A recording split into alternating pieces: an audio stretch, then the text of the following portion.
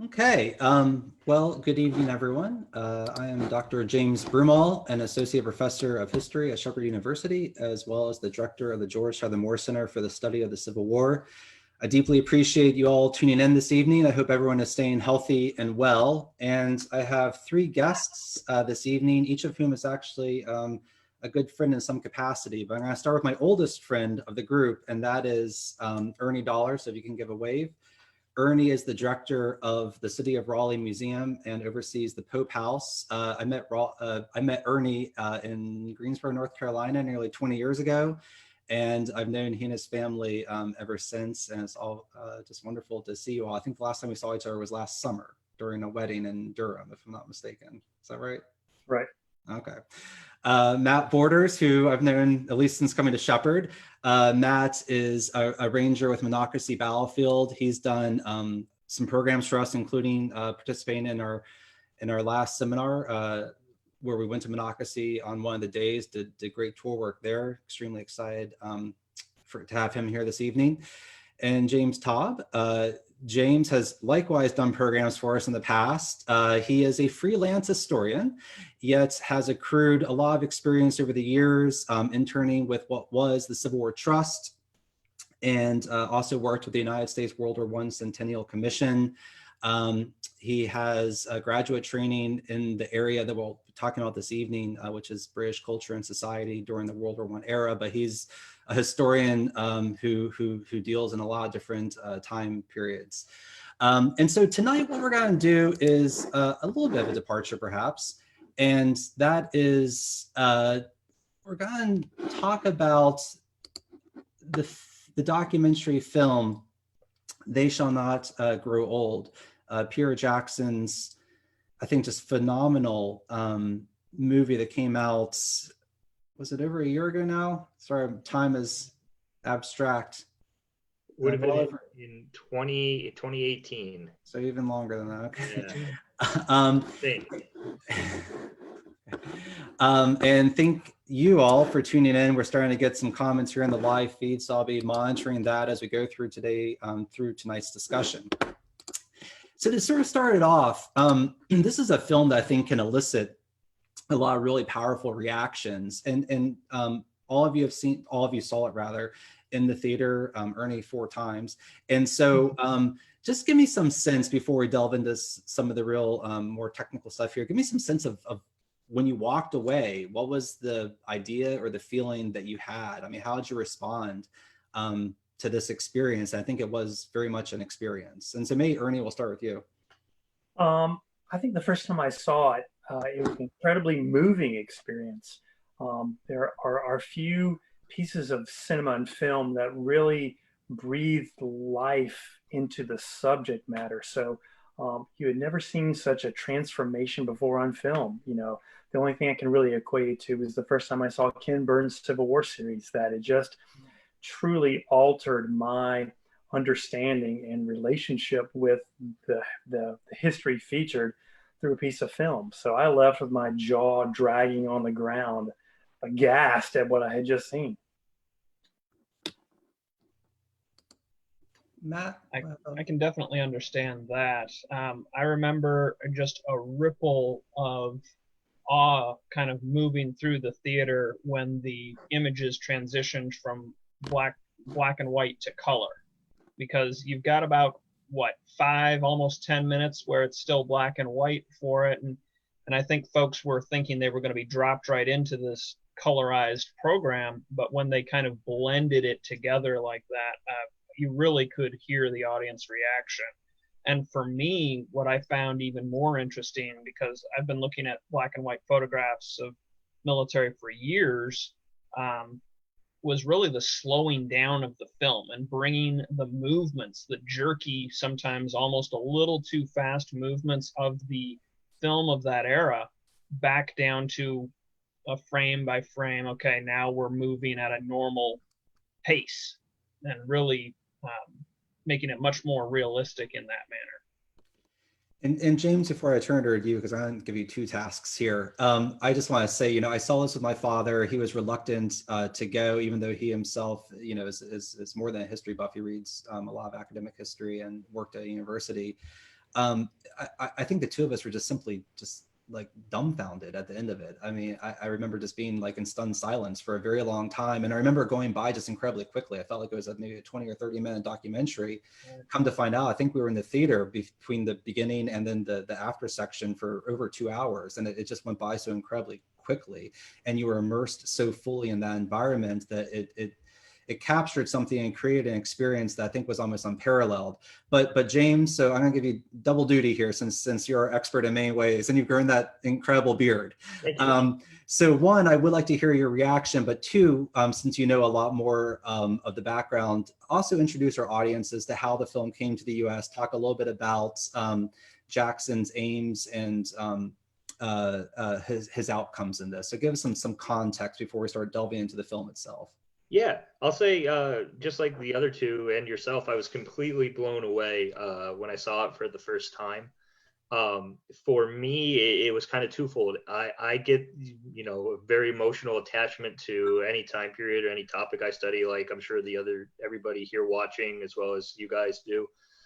So for me, watching it felt very similar to actually working on the battlefields in France and Flanders and going through artifacts, going through the museums, going through the actual trenches. It very much had that same sense.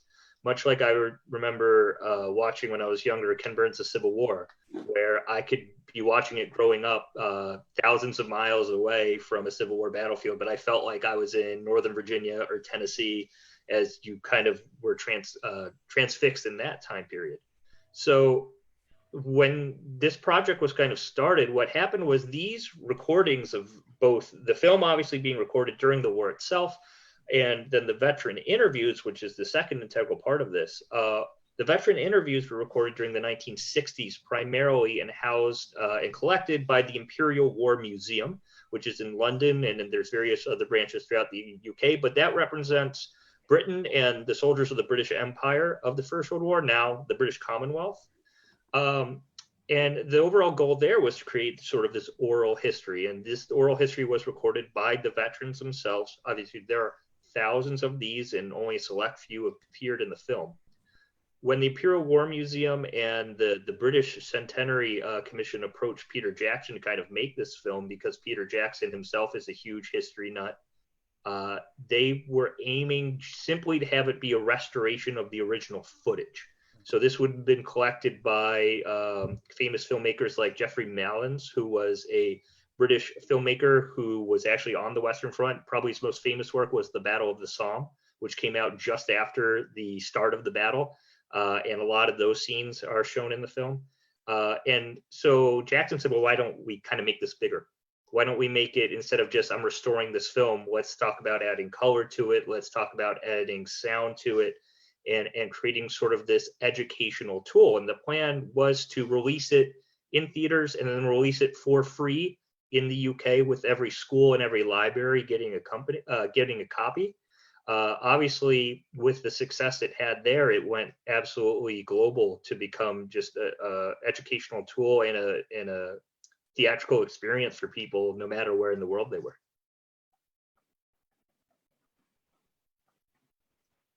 Oh. I always do that. My kids are running upstairs. So that's why I muted. Sorry, everyone. That stampede is actually 3 small children who are supposed to be going to bed.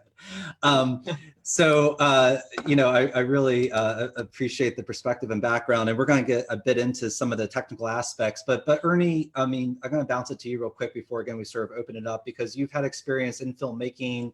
I've helped crew some of the documentaries that you've done for different historic sites. And so maybe you can expand upon some of the things that Matt and James talked about with some of the technical features that's occurred or that you took notice of or were impressed by.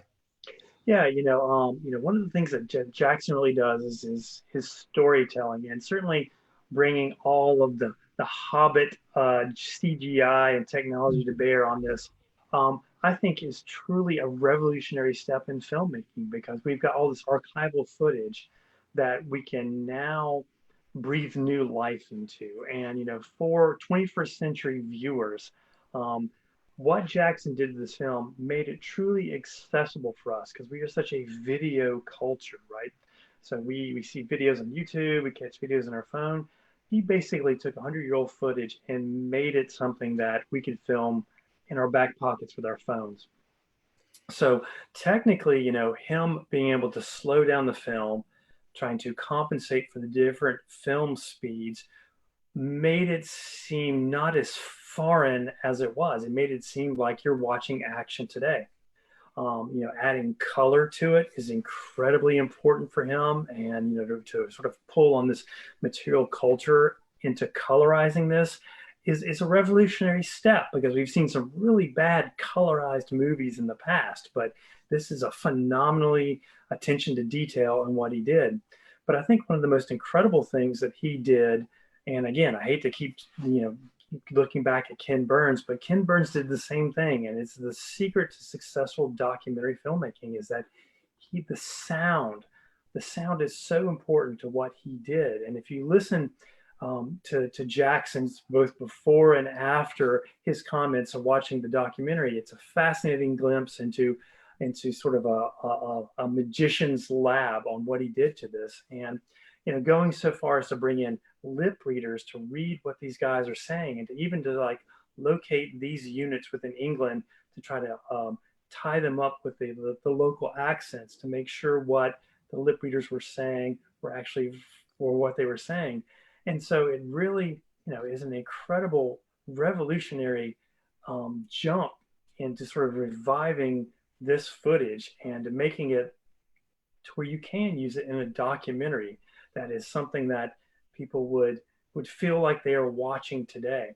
So I think, from a technical aspect, this is going to unlock so much more footage that's in archival vaults and make it so much more accessible to us today. Everything from, this first footage of San Francisco before the great earthquake to, all of these different footage. So the power of computing brought to bear on this archival footage is just a light leap forward. Yeah, and I think what's interesting is it's almost like so seamless and it's so well done that you don't understand how artfully executed it was and how difficult that process was. I mean, really the after section with the explanation is entirely necessary for the film to have its full impact, because as you're watching it, we're so used to a more close-up vision instead of those long view sheds with the herky-jerky motion, that the film we were watching is something that we understood and was in our visual universe. Well, that wasn't the visual universe of the early 20th century. I mean, that had to all be created in essence, as Ernie said, and it's so masterfully done that you almost lose it, because it fits to what we know. But that in and of itself was so important to how things kind of unfolded and how powerfully done it was. And so with that, and thanks for the comments thus far. A lot of people are noting that this was a very powerful experience in the theaters. Well, here, this is actually a good comment. Our friend Beth, who's down at Appomattox Courthouse, hi Beth, has mentioned that, and this is maybe a good segue here, that both Ken Burns and Peter Jackson, despite some of the similarities that Ernie has talked about, also take radically different approaches. And so we'll circle around the Civil War here a couple of times this evening. And so the other touchstone, of course, is Ken Burns' Civil War. 30 years ago, the American Battlefield Trust had a discussion about it the other night that was, I think, pretty interesting. So, I mean, does anyone want to comment on that? They were obviously the types of sources they used, even the visualization that they conduct were quite different. Does anyone want to comment on how Burns and Jackson were perhaps different voices or trying to achieve different ends? I'll just say from the non-Civil War expert, so I'll get the less intelligent comments out of the way. That the thing that really I think compares and contrasts for me as a viewer who loves both documentaries is that although it's frankly, as we understand today, incomplete, the Civil War really discusses how this conflict impacted the entire society, whereas They Shall Not Grow Old is the young men who fought the battles. Most of the accounts come from not only men enlisted in the army. I don't think there actually is a female voice shown in They Shall Not Grow Old, but there are in the Civil War. But it's also primarily soldiers in combat arms units. So in the First World War, there was a much greater divide between I'm serving in an infantry unit versus the recognition of how many men it took to equip that guy in the front line. So I do think it's a much narrower look at a very broad topic. Well, and piggybacking off of something you were saying earlier, James, in regards to when the interviews were done in the 60s, the Vietnam era, for these World War I interviews, most of the quotes that we're getting for the Ken Burns series were done from journals and soldiers' letters. There is some post-war, especially towards the end of the Ken Burns series, you do have some of those post-war writings coming in as well, but you do have a lot of guys who were right there pretty much at the time it happened talking about things too, as opposed to decades of memory and how that may have shaped one's viewpoint on it. Yeah, I think for me, the Ken Burns, when he takes you on this journey through the Civil War, he uses these primary accounts and these poems and everything that kind of wraps around the narrative and carries you along the trajectory of the war. Whereas Peter Jackson said, hey, this is the video of what happened, and this is the memory of the veterans about what happened. And it's almost a contrasting experience, because these guys are, again, filtering for decades of time, but then he shows you what exactly they're experiencing during the war. So it's almost an exercise in how memory has changed and faded over the years versus them actually in the place and time as they were experiencing it. I think that's one thing that I really enjoyed about They Shall Not Grow Old is, I don't want to use the word romanticization, but there's no Sullivan Ballou letter moment in it. Mm-hmm. This is it. This is what we saw. There's a certain like clear-eyed pragmatism at the very beginning, in the very early sequences, and most of the men that's they're interviewed, as James is going to talk about here, we'll all talk about in a bit, when they're much older, but they were between, some as young as 14, but most between 19 and I think 22, 23. They called it work. This right. was the work that we had to do, and that was all there was to it. This was the task at hand, and we went about it. And it's like this very yeoman, methodical quality. They talk a little bit about ideology, a little bit about the geopolitics of the era, very unaware though basically of the deeper causalities of this pretty complicated conflict.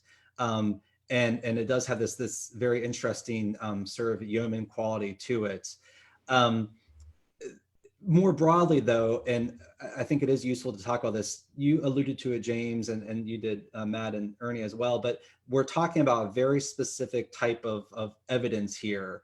And I think for our viewers, and there's some comments now about sources, it is important to recognize that whereas Burns sort of layers his narrative through historians, journalists, politicians, memoirs, and then primary sources written at the time. And so Elijah Hunt Rhodes, right? Those are all letters that he's writing and then sending home, whereas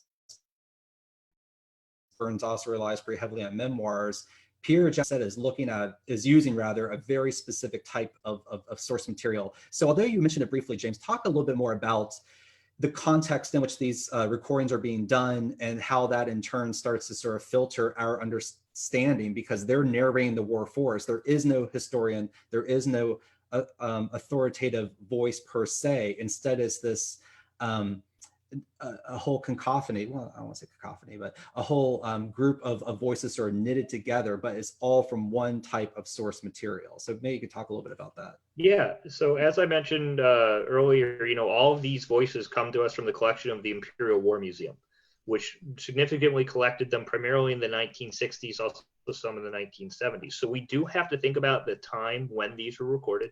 Obviously, while Vietnam was an American experience, it doesn't, the anti-war movement was also large in the UK and Canada and parts of the Commonwealth as well. Many of them were engaged in counter-communist wars around the world.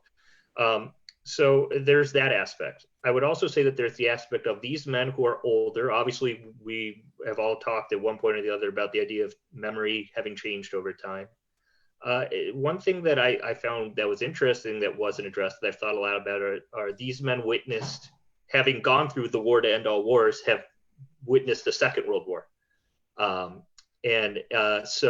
there's also all of this time that's very that might be clouding. Not that I wouldn't say their memories are incorrect, but things have changed. There have been different impacts. These men were primarily all born when Victoria was the monarch. So they heard about their grandfathers at Waterloo or their, relatives who served in the Crimea or the Boer War, and they were still sort of these glorious patriotic stories. But they're speaking at this time where war, in military history, this idea of new military history is coming out, society and the anti-war movements and studying from the bottom up versus the top down. So a lot of this colors a lot of what they say about the war. And as I was mentioning before as well, it's also interesting to see which voices were picked to be in this film. There are thousands upon thousands more voices that were not used. Obviously, it was a limited amount of time to fill. And that raises some issues as well, is that a lot of these voices came from English or lightly spoken Australians and New Zealanders versus perhaps someone from an inner city Scotland, where the accent may have been an issue for international audiences. So there's that side of it as well. Or even the extent of the empire, James. I mean, we don't have any of the Indian forces, for example, that fought very hard for England and the empire. There's a few Canadians in there that they do mention, but you're right. This is all fairly easy to understand for English-speaking folks. Yeah, you can really see, I think, what Jackson's target audience was when he was first asked to do this documentary. Sure.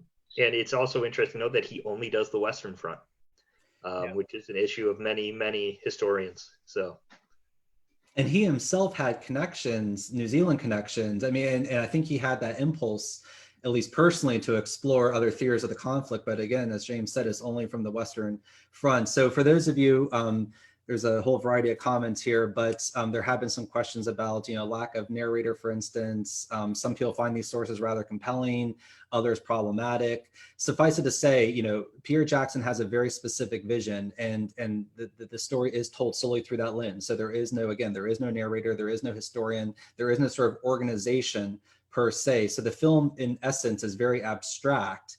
There's no specific actions mentioned.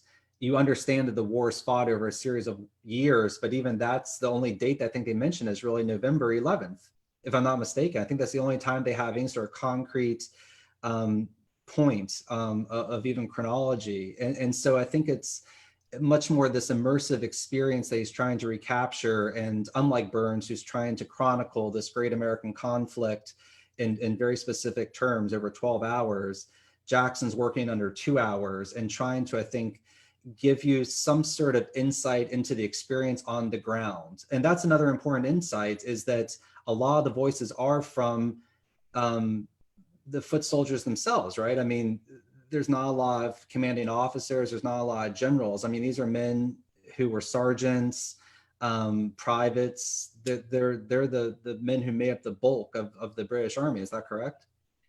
Yeah, I mean, for the most part, I would say there's a lot of junior officers as you scroll through the list of who's being read. I would say probably the highest ranking in terms of political or military voice you hear is the words of a brigadier general being read by a lieutenant. Right. Yeah. Which was really interesting, as you mentioned earlier. They actually found the written orders and that were issued to that unit based on the shoulder insignia they were wearing in the image. And so that, I believe, is the highest ranking voice you hear.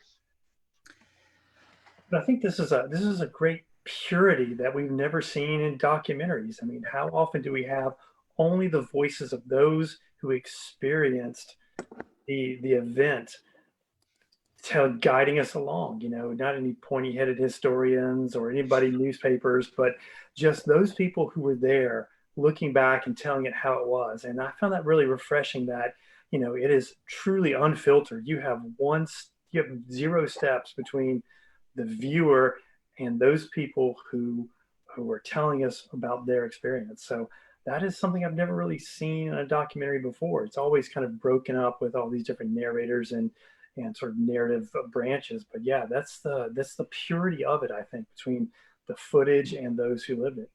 I agree. And I was like really torn about this because on the one hand, I felt the exact same thing. I was like, this is as close as you're going to get in some ways. I mean, I'm literally hearing these men speak. I'm not literally, but I'm hearing these men speak in a recreated way.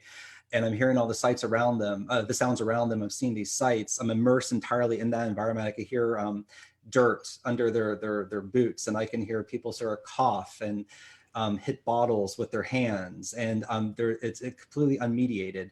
But on the other hand, again, as the pointy-headed nerdy historian, I'm also kind of like frustrated in that I don't have that sort of organizing principle to the whole thing that I want. I want to hear from a Jay Winter or whoever. I want to hear some sort of authoritative voice sort of organizing everything and then sort of telling me what to believe and what to understand. But before we get into the bulk of some of the content here, I do want to ask, and this is also an interesting question that a couple of you can speak to, what's the impact, right? So James, you worked with the Centennial Commission. Ernie, you've been looking at sort of World War I cinema. Matt, you're immersed in this world. What's the impact, or what has been the impact of this film? Is it comparable to a Ken Burns or a Gettysburg?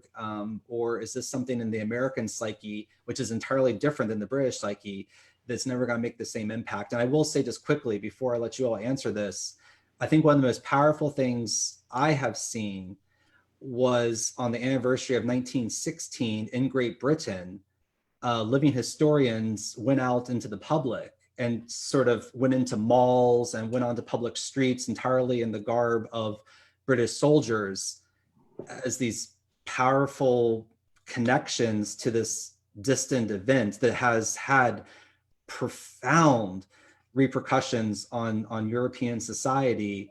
You didn't necessarily see that same reaction in 2017, 2018 in the US. I mean, this event impacted Great Britain, France, Russia, Germany in very different ways than it did the United States. So I think that's an important point. What we're going to speak to is probably going to be the American experience, but understand in Europe and beyond, it's a very different reaction. But putting that aside, what do you think the impact of this film is? And if you do want to speak internationally, great. But I mean, at least in the United States, but if you do want to go international, and James, you've studied abroad, go for it. So, yeah. I think that we still in the United States fail to grasp the importance of the First World War.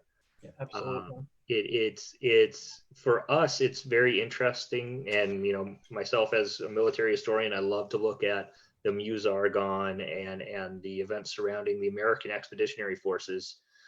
It still remains our bloodiest war, or third bloodiest war. The Civil War guys will catch you on that one. It still remains our most interesting war. But the United States was only really heavily engaged in combat starting in about May 1918 to end of November 1918. And it's still our third bloodiest war. So there's a really large impact on that, that military and that actual loss side. It coincides with Spanish flu, so we don't remember it there.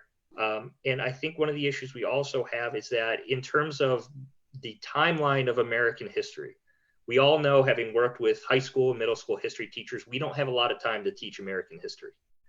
And so when you have that short period of time and you've got an event which only lasted for just about a year and a half, and it's sandwiched in between the American Civil War and World War II, you're probably going to skip over it. That's one issue. I think as well, a lot of people don't understand how it impacts our society, right? I'm from the Midwest and I use this term a lot. I love using the word buddy. That's a doughboy word. Right? Our language changes because of the First World War. American slang that we use today comes from the doughboys. And I think it's also a failure of us not recognizing where it is in our society. Every time I go to Arlington Cemetery, I always have someone who doesn't recognize that the unknown soldier was a World War I memorial. Right. And it's since expanded. So technically there is a national memorial to the First World War, and the veterans believed that was the national memorial. So I think that there's this issue there. I also think that when we do look at the First World War in the United States, we tend to look at it through the British perspective. Because if we do learn about it, it's from the views of the famous war poets like Owen or Sassoon, or people like Hemingway, who served in Italy, or the famous Lafayette Escadrille. So we really still haven't delved in and taught the general public why this is important and why it should be interesting to you. That's what drew me to World War One, honestly, is some of the things you touched on, James. Its impact. The reason that I continue to research, study, and interpret the American Civil War is because it had the greatest impact on this nation. World War One is the defining event of the 20th century. Everything that occurs in the American century, the 20th century, is due to World War One. The rise of various powers, the fall of various powers, so forth and so on. That's what's really drawn me to the study of the Great War, World War One, and it's these, and I should say, excuse me, how we tie into these greater events that I think would help bring people along if they realize just how much impact this apparently small blip, as you implied, in the flow of history has on everything else, particularly in the 20th century.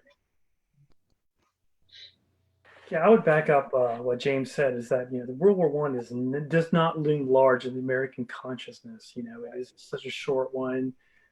Blips and shadows of it echo through our daily lives. But I think, certainly for an English population, this must have had just great impact and just overwhelming, affected their hearts in many different ways.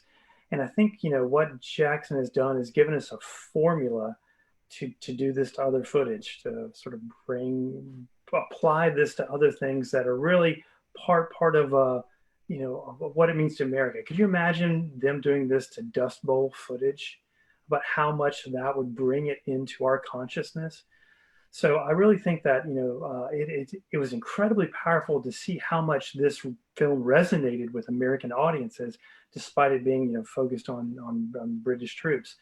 That was very moving to see how theater after theater and showing after showing was packed with people wanting to see this event and experience this story and what Jackson had done to the film. So I truly think that what he's given us such a powerful formula that once we take it and start applying to more of American cinema that is sort of languished in the vaults, to bring that back to life, and almost what a newspaper said about Matthew Brady after the Civil War battles, about laying the bodies at our doorstep. That's really what I felt that this movie did for World War One, is to bring those bodies back and put them on view for all of us to see. So I really look forward to seeing this technology used to more of American cinema. Yeah, and on that point, I mean, I would say here's the clear parallel with Burns. Burns revolutionized how documentaries are done. To this day, he's still shaping that craft and that art. Jackson's impact is gonna project forward for decades. Now, granted, he has a massive film studio because of the success of The Lord of the Rings, and I think he had unlimited resources with the help of Imperial War Museum and other entities. But I mean, that's not an easy thing to accomplish what he did. And again, it's so seamless that it seems easy to do. It's like a great baseball player. It seems so seamless, but it's actually incredibly hard. But I mean, the impact, you're right, Ernie, it's limitless. It's just a matter of, will we have the financial wherewithal to actually achieve something like this? But it just tells a story in such a different way, and in some ways in a very sparse way. There isn't all the talking heads, there isn't all the modern recreated footage, there isn't all the vistas of the battlescapes in 2020 or whatever. Instead, it's all the material that was already available, just changed in a powerful way. Real quick, there's a couple notes here that we should be mindful of. One of my colleagues, a shepherd, Chris Lovelace, reminds us, and he's quite right, that there is a really powerful World War I memorial at Kansas City, of course. Yep, and work, as another viewer commented on, there's work in DC for a future memorial. And so those of you tuning in from the East Coast, at least, there's a couple different opportunities here to see some of the stuff that is already commemorating this powerful conflict. But I think James is right. It is in some ways America's forgotten war. Yet also there's this, I think, idea that we come in as the saviors, right? That they can't resolve this. It takes the American push in 1917 to sort of resolve the conflict, which of course is a wrong-headed notion. But let's get into some of the source materials here, because I see our time, it's not running out, but we need to move the conversation here. So I think what's one of the things I want to talk about is all four of us love archival source materials. I think we just get a lot of primary sources and the perspectives. And so we do actually learn a lot from the sources that are presented in this film. And so one of the things that I first wanted to sort of talk about is, again, understanding that though these are recorded in some cases when the men are in their 70s, they express an idea that is also found in documents recorded at the time, which is that even in the midst of something as horrendous as war, there is a certain almost joy that's derived from the experience, not necessarily of killing, but instead of being immersed in the soldier's world, this this kind of, if you will, boys club. They're away from home for the first time. They're playing cards. They're drinking to excess. They're enjoying themselves. And so there's this strange duality in that soldiers are experiencing military life in one of the most sort of incomprehensible experiences. And so maybe we could talk a little bit about that. I mean, what does soldiering actually mean for the participants themselves?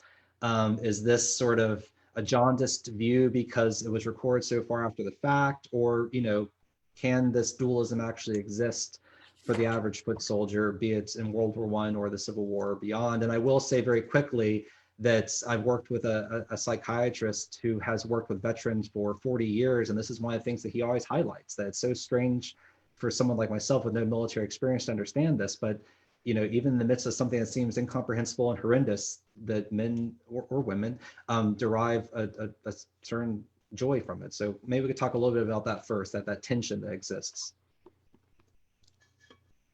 Yeah, I mean, I think that is something that, and we were talking about this before we went live, it's applicable to so many time periods and so many different themes, both military or otherwise, people who go through traumatic experiences. In terms of the British Army, and I'm also going to briefly mention some American topics, but in terms of the British Army, this is a defining moment. In the United States, we have this idea of the citizen soldier going back to the American Revolution, where you're a farmer, you are militarily active during a war, and then after you go back home and resume your normal life. Britain doesn't really have that until the First World War. As well, you're going to see units in the British military that are still very heavily locally recruited. So you mentioned this before with regiments from a certain region all having the same accent. It's going to be mixed as the war goes on, but for a large part, these are going to be guys who are coming from the same social and economic backgrounds. So there's this shared sort of boys trip experience, which is actually a line one of the soldiers uses. For a lot of these men coming from industrial cities in the United Kingdom, this was a much better option than folks in everyday life. I wrote my master's thesis on a regiment that came from the city of Glasgow, particularly. And for a lot of these men, joining up with the regular army before the war or joining up with the enlarging army after the war started, this was the first time in their lives where they could leave the tenements and be guaranteed 3 meals a day and 2 suits of clothing. So for many of these guys from the very lowest parts of society, this is lifting up. And then as well, you have this going through this shared horrible experience together. But when they come back, the survivors, again, they go back to their same general local communities, much like Civil War veterans do. And I'll let you guys talk about that. It's a bit different in the United States. You see much of the same themes, but you also see a lot more confusion and a lot more friction, because you are dealing with one generation removed from the American Civil War. And you will see men from North Carolina and New York sitting next to each other in a foxhole, whose fathers may have fought each other at Gettysburg. And you're also going to be dealing with a large immigrant population. So it's the first time the United States has young men really mixing from across the country. So that's something they don't talk about in the documentary, but it's another one of those themes that's really important to highlight. I thought it was actually one of the aspects of the film that got closest to the American Civil War experience when they're talking about how this is something that honestly, when they're not shooting, they're kind of enjoying. Like you said, this is a bit of a boys' club, almost a camp experience, as one of the veterans put it, with a little hint of danger just to make it fun. So I do think that we can see a lot of parallels between what's happening in They Shall Not Grow Old with what we read in the letters and the diaries of the soldiers of the American Civil War. They shared very similar statements in that way, that in many cases, yes, the food is terrible. Yes, the conditions can be awful, but I'm here with all my buddies and we're doing this together. And heaven help you if you're not there with all your buddies. They hinted at that a little bit in They Shall Not Grow Old, but there's also this incredible pressure on the home front to be in the service. And we see that during the American Civil War as well, North and South. I think war is the ultimate sports experience. Two teams going at it, team A, team B, you've got all your friends with you. And so, this is the one time where a lot of these men coming from the lowest dregs of society come together and do incredible things. And it is the only times in their lives where they really, come closest to life and death, and sort of doing these amazing things and winning these incredible battles and leading these incredible charges. And so when they go home and you go back to that factory job and you marry your high school girlfriend and you lead sort of a very boring, calm life, that experience becomes much rosier in the rearview mirror of life. And so a lot of these veterans, some of them look back with a little rosy experience, in the same way with the Civil War, that, these were the greatest times in our life where we did the most incredible things. And, one of the most moving quotes from the entire movie that just kind of just crawled into my soul was one guy said, he gave every part of his youth for this job, and it just kind of gets back to sort of this idea that these soldiers, the universality of the soldier experience, that this youth is wasted on this experience. It's the highest high and it's the lowest low, but it is the experience in their lifetimes that they will always be the mile marker for everything they do after, based on this one experience. Yeah, and I think it's worth highlighting that, and I think everyone said this incredibly well, that there's a lot of layers to this experience. And I mean, we, especially as academic historians, start kind of pushing our evidence in certain directions. And so right now in the Civil War historiography, there's a so-called dark turn where this is, the Civil War is a deeply traumatizing experience. There's very little redemption that can be found in it. And that's to kind of counteract a different view that's more celebratory and ideological than 1980s. And so my point here is that what's so interesting from these veterans is just how layered it is. And I agree with Ernie. I actually wrote down that exact same quote. And that quote captures, I think, all those tensions, right? I mean, on the one hand, it's this willingness to do this duty, almost a celebration of it. But on the other hand, it's a complete loss of innocence. And, I think the men talk about their woundings for those who were wounded, or the death around them, in a matter-of-fact way, because of course it is 6 decades or 5 decades removed from the fact. But on the other hand, I think they're somewhat inured to all that because of the amount of death that they saw around them and the amount of suffering that they saw around them. And in the one sequence of battle that Jackson has, capturing, again, no specific event, no specific battle, vague references to the Somme and others, but I mean, nothing specific. You do get just how horrific that experience was. And so maybe then, to sort of counterbalance what we just said, maybe we could talk about how, at least briefly, combat and warfare is so different. I mean, this is a mechanized war. This is a war with shelling that's almost unprecedented. And so how does that impact, the soldiers? So maybe we could talk a little bit about how this is actually a very different type of experience from the Civil War, because it is, I don't want to use the term modern war. I think that's a not very useful term, but let's talk a little bit about that. Yeah, I think, it is very different in that many of the battles and the campaigns being fought early in the war in 1914, which they honestly don't really talk about. Right. You don't hear much of the British regular army in 1914 in battles like Mons or First Ypres. It's mainly these guys volunteering at that time who are showing up mid-war. that you really hear about. So that's also important to note when you think about the experience that's ongoing here. But there's a lot of great historiography in regards to the Civil War in terms of tactics and morale and how soldiers relate to each other. I'm thinking books like by Earl Hess are some great reading where they talk about unit cohesion and just this mass of men shoulder to shoulder pushing forward and trusting in one another and only going forward if everybody else around them is. That starts to dissipate during the First World War when you enter the war on horseback and leave it on tanks. You also kind of see now historiographically we're starting to understand that there's an overstatement on trench warfare. It was really only around the middle part of the war that the height of that occurs. The Americans saw almost none of it. The fighting the American sea is much more like 1940 than 1917.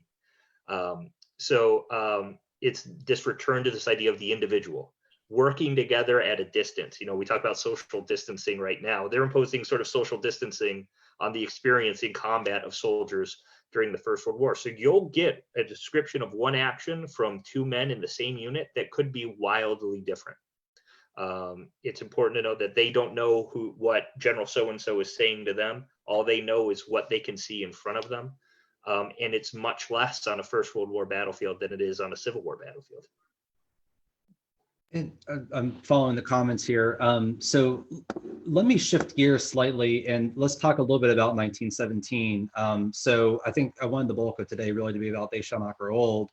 But more recently, this film 1917 was released. It's not a documentary, of course, but it's done in a very specific way, a single shot idea, a continuous narrative, a clip of time. And so there's no clean segue, but we've had a couple comments here asking for this. And so why don't we talk a little bit about 1917, what it's trying to achieve, and then I'm going to turn over to Matt, who wants to talk a little bit about material culture, and we can open that discussion up too. So, 1917, what's your general reaction to that film and what it's trying to achieve, understanding that it's a very different genre and has a very different purpose? There are several different movies that have always tried this one shot scene, different genres, but why this one shot scene seems to work so well with 1917 is that you follow these two characters on almost a real-time movement through their story, and by the end of it you're literally exhausted having followed these guys on this adventure. So it's almost, it conveys how tired you are, how tired these guys are, how laborious war is. So it kind of it's just, you share in how war grinds you down in this 2-hour feature by just having to walk and to go through the mud and deal with the rats and deal with the hidden enemy.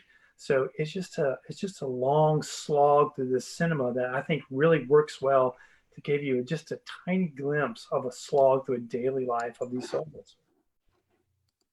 I thought I really enjoyed 1917 as well, but I really thought not only does it show that day in the life of the soldier that you were referring to, Ernest, but it also really helps show the scale of this thing. That long continuous shot I thought did a very good job showing the scale of the war, how it is going on for miles and miles and miles in both directions of these armies. The Western Front is 250-ish miles long between Switzerland and the English Channel, and that's all in play. Now, there are parts of it that go hot and go quiet, quote unquote, at different points in the war, but that's all in play. And I thought 1917 did a really good job conveying that, but also how drastically things could change from the front line versus just a few miles behind the line too. Yeah, I think 1917 did a really good job of placing that point in the war in microcosm. Yeah. I think that it hit the nail on the head for the experience of a British soldier around that time in a condensed version. All of the place names they use are real places. Right. you know, the timeline doesn't really add up. But I mean, it's not supposed to. And I've seen a lot of critiques of this film, you know, down to, and I love being nitpicky of, well, they weren't wearing their gas masks correctly. Right. But I think the important thing is it gets this theme across. And just like They Shall Not Grow Old, it encourages interest in the time period. Yeah, you know, if you look at the entire library of World War One movies, there are not a lot of uplifting World War One movies out there. There's No. some of the most dreary, sad, depressing, horrible pieces of world cinema end up on World War One. So, you know, it's just when I was watching 1970, it's like, all right, something awful is going to happen. I just know at the end of it's going to end up just horrible wreckage of a flick. So. Well, if I may, it's, you know, when I was younger, the movie I watched repeatedly was Gallipoli. Yeah, Have you all sure. seen Gallipoli? Mel Gibson. Yeah. I will say there's a much better version that was released by the Australians during this. Without the bad music? Gallipoli, Gallipoli is the old view of the war. And it's also important to note that that's the Australian view of the war. Yeah. Whereas the British, while they're on the same side, they're the bad guys. Gallipoli is an interesting one. So what knits all these films together then? And Ernie's right. Besides a bleak view of war, and I mean that is interesting. It's hard to find a lot of redemption in World War One, and that's what's actually so interesting about They Shall Not Grow Old, is that it is in some ways a redemptive narrative for the participants because they survived and they saw it as this transformative experience. But I mean, what knits together 1917, They Shall Not Grow Old? I mean, what are we to take away from this? I mean, these seem like a very fresh and different view in some ways, even though they fit into this larger trajectory of sort of dark war films. You know, what knits them together, and what takeaways are the directors trying to give audiences? I think something that all of us have touched on in various ways in this conversation is, and the thing that helps knit these two films together, is that this is the end of the 19th century. The 19th century has sometimes been referred to as the long century and doesn't really end until World War I begins in 1914.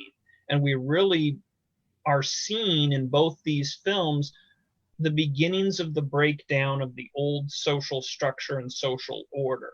Now, how dramatically that comes around for various cultures varies wildly, but the fact that we have very much separated classes engaging with one another, like you were talking about earlier, James, engaging with one another on the battlefields, be it taking orders, giving orders, sharing the miseries of the trench and the terror of the attack, that will have repercussions for the rest of the 20th century. And I think we can see that in both films.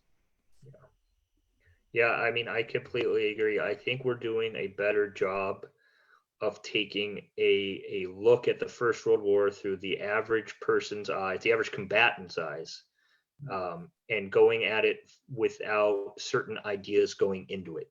I think if you look at some of my favorite World War I films for growing up, and a film that I was constantly thinking of while watching 1917, Paths of Glory, Oh, sure. with that one long shot at the beginning, is, we go into it with, this is going to be bad. And it's like Ernie pointed out, we went into 1917 going, I had the same idea. It's like, they are both going to die. Right. Spoiler alert. But, and you have to see the film to see what actually happens there.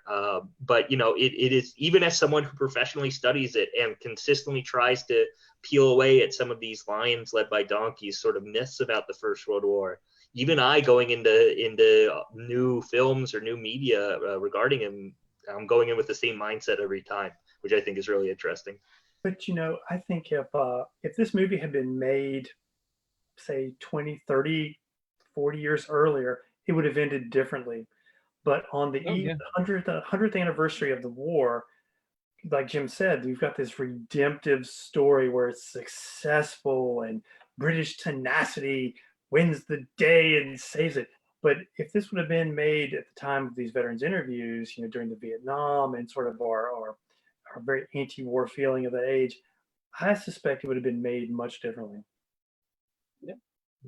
I think in many ways, there's two things that have happened. I mean, one, and I don't want to make a direct connection to the historical profession, but we have become, as historians, much more aware of different social classes, different social experiences, the view from the ground since at least the 1970s. And so I think that's infiltrated all sorts of different walks of life and sparked all sorts of interest. And we are, as James said earlier, in this post-Vietnam era. And so things have taken a much darker turn. So, I mean, I think in some ways you're right, Ernie. Both of these are very much products of, the early 21st century.